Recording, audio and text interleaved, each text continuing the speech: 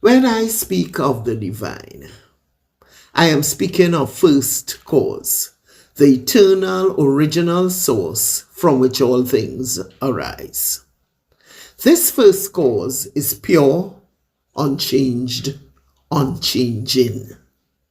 It is the root of everything we see and experience. But here's the thing. What we encounter in our daily lives, what we call reality, is shaped by this world we live in. And this world has been corrupted. What is before us is still an aspect of the divine, but it has been morphed by the conditions of this corrupted world. So even though the divine is pure, what we see, feel, and believe isn't just shaped by the filters we wear.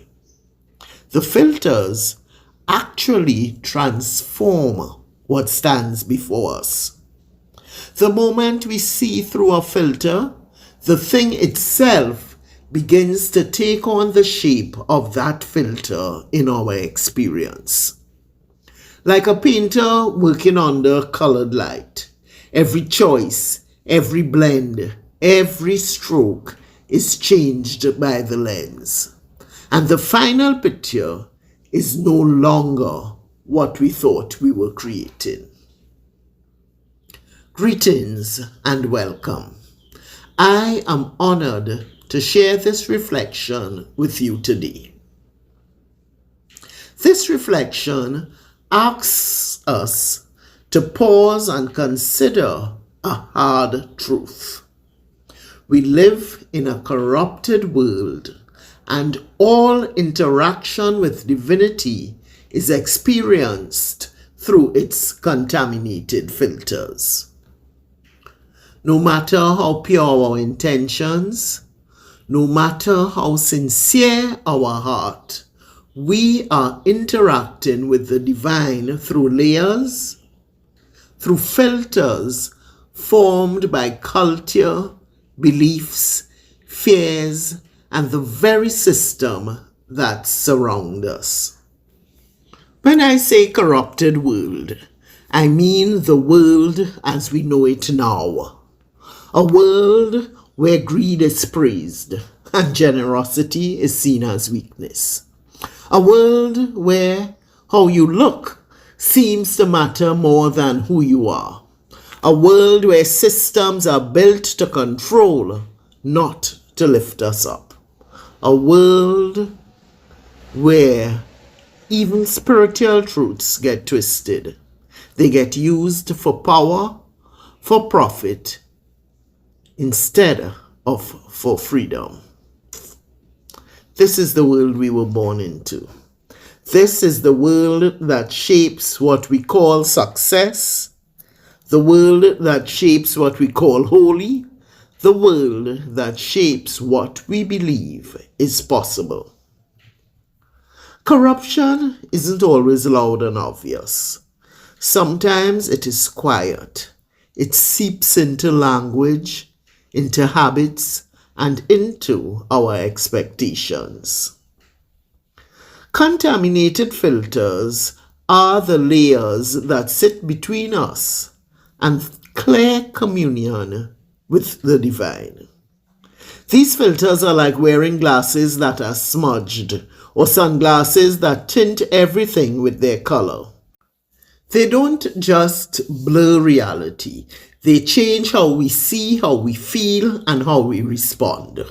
Some filters come from what we were taught as children. Ideas about God, about good and bad, about what is holy, all taken in without question. Some come from the emotional wounds we carry, the hurts that cause us to see the divine as harsh, absent, punishing, or unfair. Some come from the desires of the ego, when we turn to the divine mainly for what we think we can get, or out of fear rather than out of love for truth.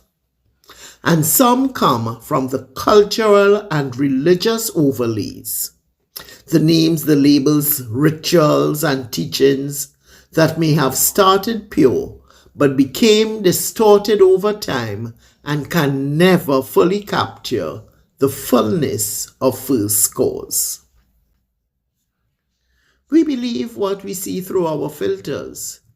We trust it because it feels real.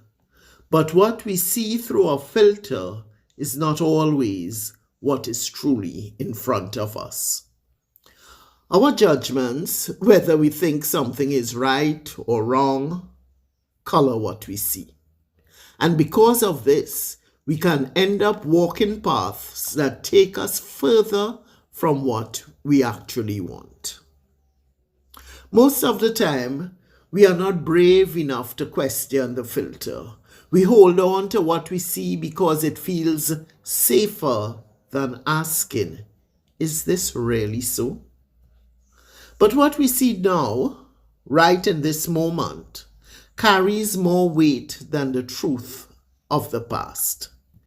Because we cannot return to that original truth without first dealing honestly with what stands in front of us now. If we don't recognize these filters, we run the risk of thinking that the distortions are God. We might start to believe the divine is cruel because life feels cruel. We might think that the divine is absent because we feel abandoned. We might imagine the divine is unfair because injustice rules the world. But in truth, the first cause remains what it always was, pure, unchanging, the source of all that is. The true divine has not changed. It is our lens that need cleaning. After centuries of layers and layers of filters built by culture, family, belief, history, we have not only clouded what is, but we have mentally morphed it. And here's what makes this work so challenging. Just because I begin to remove filters from my eyes doesn't mean the filters have been removed from the eyes of others. And yet, we are not living in isolation.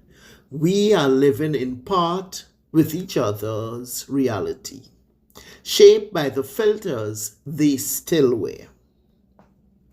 This becomes especially difficult when those around us, those who still see through heavy filters, have influence or authority in our lives.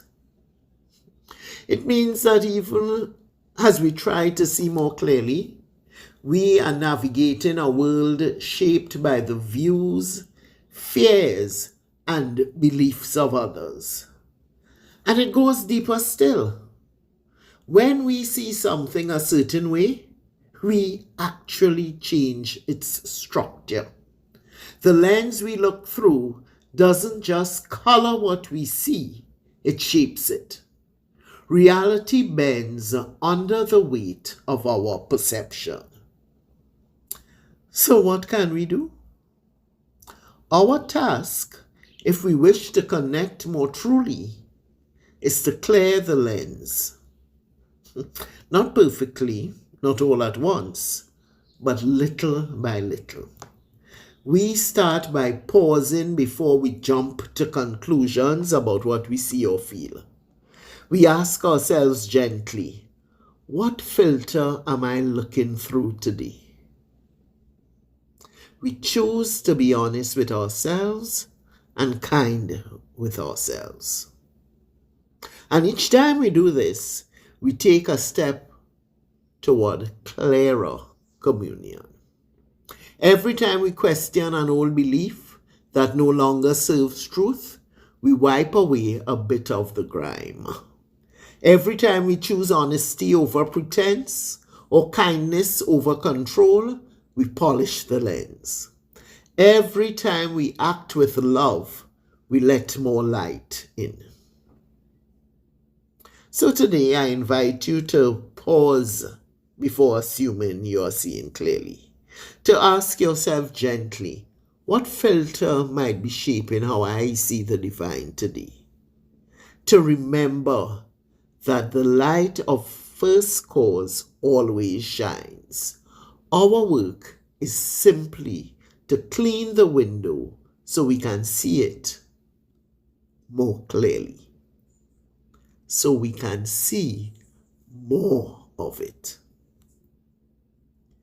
We may live in a corrupted world. We may see through contaminated filters. The first cause, the divine, though, remains untouched, pure beyond all measure. But after centuries upon centuries of layered filters, the divine's purity is now so far beyond what our clouded eyes can easily see that even when we catch a glimpse, it is hard to recognize. Yet still, every day, in every moment, we can choose to clear the lens. And as we do, the pure light of the divine meets us just where we are. Every honest step we take toward clearing the lens brings us closer to pure communion. Ashe.